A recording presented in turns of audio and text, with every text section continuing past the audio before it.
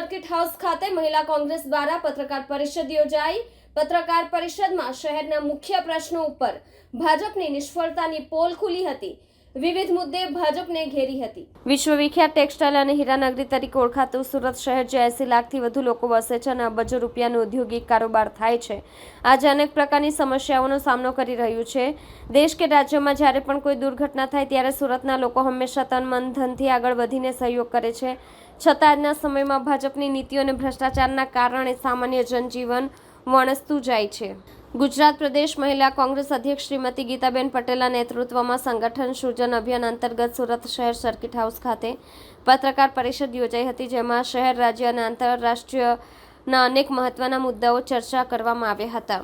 Kernel Sofia Qureshi વિશે ભાજપના નેતા દ્વારા કરવામાં આવેલી અભદ્ર ટિપ્પણી, ભાજપ યુવા મોરચાના એક પદાધિકારી દ્વારા માસૂમ દીકરી સાથે કોફીમાં નશીલો પદાર્થ આપીને ગેંગરેપ કર્યાની ગંભીર ઘટના, સુરતમાં વસવાટ કરતા રોપણપટ્ટીના લોકોને નિયમિત રીતે ત્રાસ આપવામાં આવતી તેમની જમીનો બિલ્ડરોને સેટિંગ કરીને વેચાઈ જવી, મહિલાઓ ઉપર વધતી અપરાધની ઘટનાઓ, ઘરની બહાર નીકળતી બહેન દીકરીઓ માટે સુરક્ષા ન હોવી। શ્રીમતી ગીતાબેન પટેલે જણાવ્યું કે મહિલાઓ માટે સુરક્ષિત વાતાવરણ ઊભું કરવું, ગરીબ અને મધ્યમ વર્ગના લોકોને હક આપવો અને ભ્રષ્ટાચાર સામે અવાજ ઉઠાવવો હવે જરૂરી બન્યું છે। તેઓએ જણાવ્યું કે આગામી દિવસોમાં મહિલા કોંગ્રેસ દ્વારા જનહિત માટે આંદોલન કરવામાં આવશે। ભાજપ જ્યારે મહિલાઓના વિકાસની અને બેટી બચાવોની વાતો કરી રહ્યું છે ત્યારે મારે એમને પૂછવું છે કે બેટી કોનાથી બચાવવાની? અમારે બેટી બચાવવી હોય તો પહેલાં તો અમારે ભાજપના નેતાઓથી બેટીને બચાવવાની વાત કરવી પડે છે, કારણ કે 10 વર્ષ પહેલાં કે 15 વર્ષ પહેલાં જે ગુજરાતની અંદર મહિલાઓ સુરક્ષિત રીતે ફરી રહી હતી એમાંની સુરક્ષા અત્યારે જોવા મળતી નથી। મહિલા સુરક્ષા વધારવાની જરૂર છે, કારણ કે હમણાં જ તાજેતરમાં સુરતની અંદર તમે જોયું કે વોર્ડ નંબર 8ની અંદર ભાજપના જ એક હોદ્દેદારે એક નિર્દોષ બેટીને નશીલું દ્રવ્ય પી અને એનો ખરાબ ઉપયોગ કર્યો છે અને બળાત્કારનો કેસ બન્યો છે।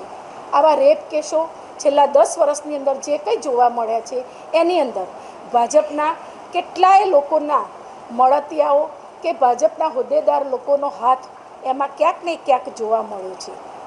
એવા જ બીજા કેટલાય ભ્રષ્ટાચારના જે બનાવો બન્યા છે, જેમ કે બોટકાંડ બન્યો હતો, પુલો તૂટી જવા કે જે ગેમ ઝોન, આ બધા જે બનાવો બન્યા છે એમાં કેટલાય નિર્દોષ લોકોની જાન ગુમાવી છે।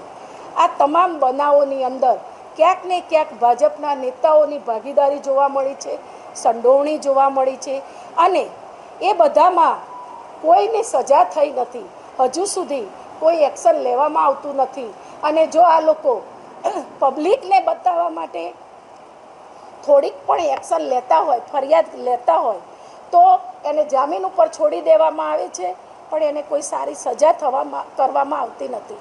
તો મારે એમ કહેવું છે કે આવું ક્યાં સુધી ચાલશે? જો મહિલા સુરક્ષિત નહીં હોય તો મહિલા બહાર કેવી રીતે નીકળશે?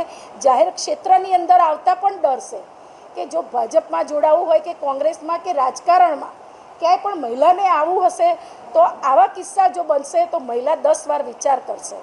માટે મહિલાઓ માટે પણ આ એક ખતરાની નિશાની છે।